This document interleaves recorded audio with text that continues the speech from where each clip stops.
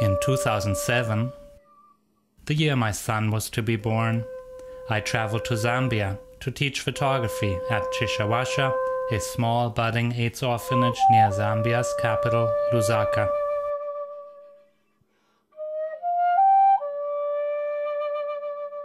This was a pro bono effort on my part, though I was able to secure curricula and funding support from Kids with Cameras and a publishing option from Smithsonian Magazine. After pledges made by my own creative community, I was off to a good start. I had first heard about Chishawasha and the Zambian Children's Fund through a small gift of support my mother-in-law had made in our family's name.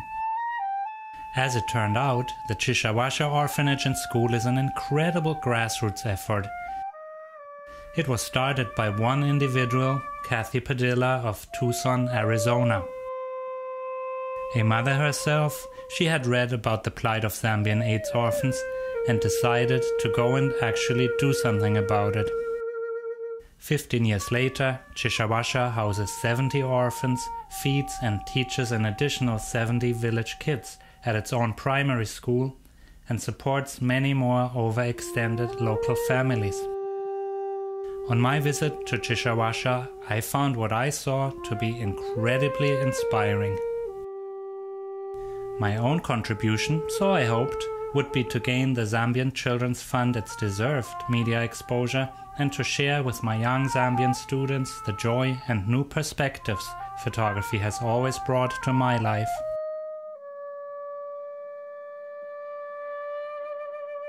It quickly became clear that whatever I could impress upon my young students, both in photography and in the joy department, they would really be the ones to teach me.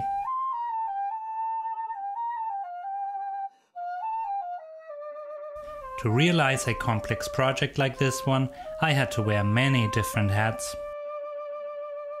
Fundraiser, documentarian, photography workshop teacher, editor, curator, web and exhibition designer, and now video editor.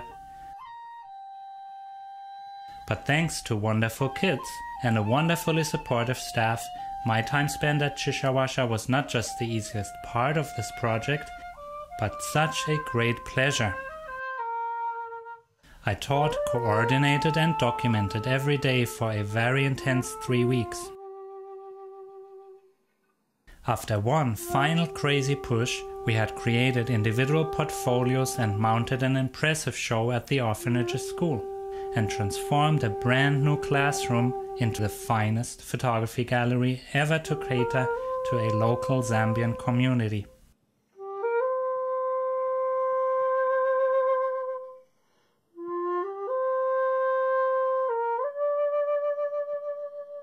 Deservedly so, my students were glowing with pride for our creative team effort. In short, we all had a blast, and I could already see that I had my work cut out. Before my eyes were the creative seeds of a fantastic fine art exhibition.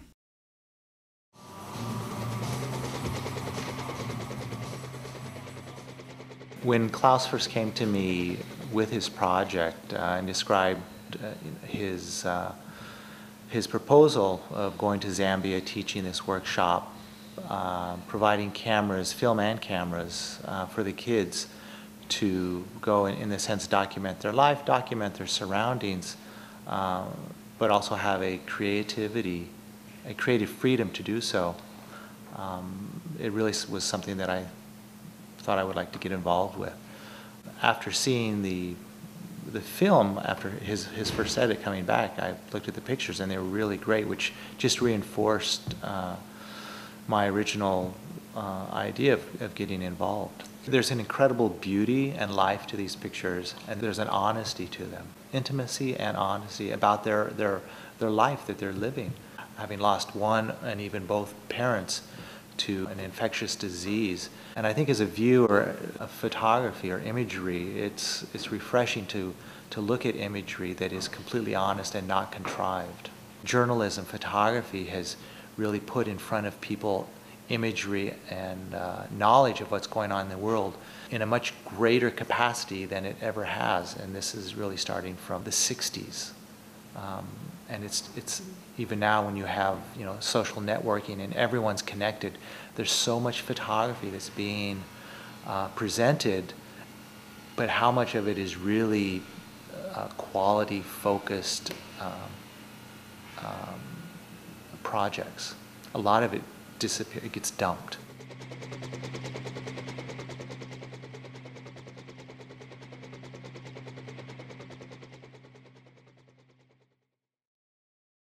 Humanity is in such need of positive imagery and nowadays, and kids have the ability, they see the world more positive.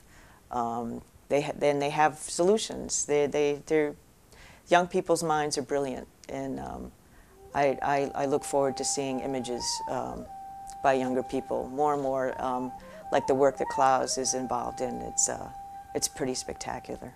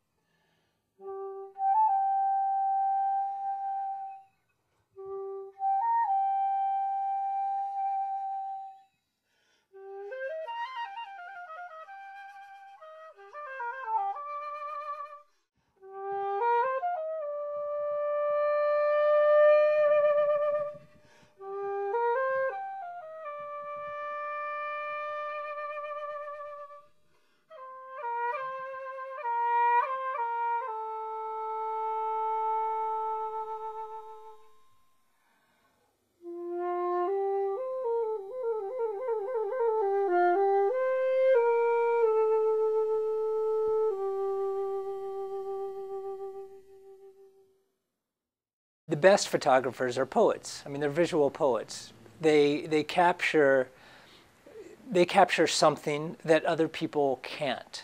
Either they can't see themselves or they can't capture it themselves. You know, they spend time with the subject, whether it's a landscape, whether it's an object, whether it's a person, and they form a connection with it, and they see something in that that is elusive, and I see that with Klaus.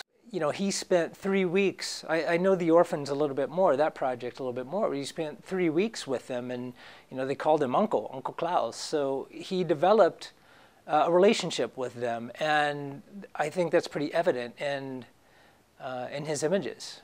As a person who is involved in social change, professionally and, well, personally. I mean, I got into it because of personal reasons, but it has changed my career, and now I do work that has some sort of social impact. Klaus's work has that importance because, I mean, he's capturing, you know, in the case of Tibetan refugees, he's showing you what their life is like. In the case of the Zambian orphans, Klaus is showing you what life is like for these orphans, all of whom have been touched by AIDS. Either they have HIV or AIDS, or their family did, and that's why they're orphaned. Telling the story is becoming more and more important. It's not about statistics anymore. You know, 70% of Zambian population lives for under $1 a day or something, or whatever the statistic is. That can be impactful, but not nearly as impactful as showing the day-to-day lives of those people. And that's what Klaus is doing. If you think of some of the really impactful social change campaigns, many of them, if not all, have had really strong images. You know, think of, I can't think of the photographer's name, but the Vietnam War. You know, you have the child running down the street with his skin kind of falling off and crying. That image really changed the way that people saw the war. Klaus is capturing a more subtle thing because he's showing the lives of these children, in the case of the Zambian orphans. And he's showing that you know, there is hope there. These children, you know, they're beautiful children. They're in very unfortunate circumstances, but he captures the hope and the beauty that they have. And he makes you want to look at the images.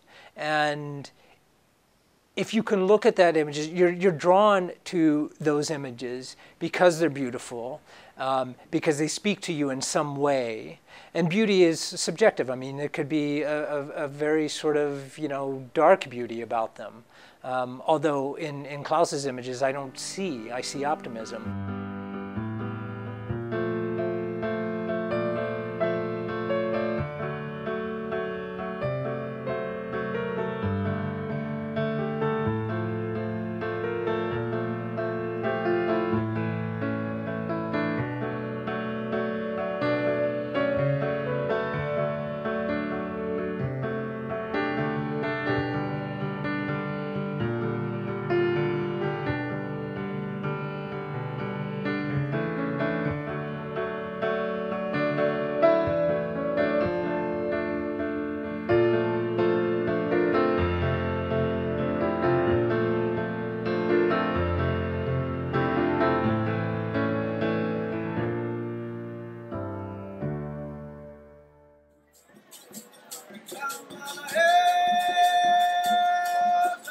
Here in New York, time flies.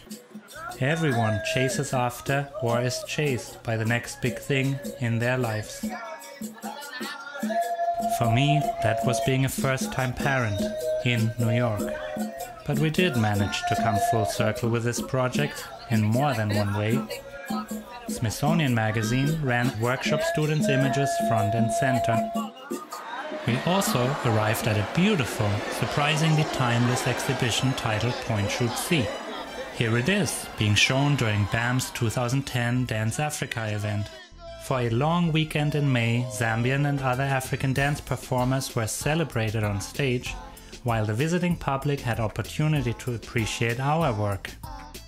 2 months later, a complete edition of Point.Shoot.See was purchased by the US Department of State to beautify its new American embassy offices in Lusaka. I would have loved to see that in person and to see my students again, more grown up. And yes, my son, he is wonderful. At 5 years of age, he begins to see the world beyond himself. I would love to visit Chishawasha with him one day.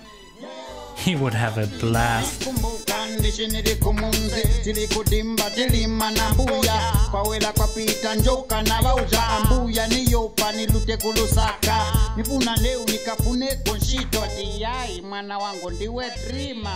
Asikulu nizaipe za nshito pameni lota ineni vachendi baka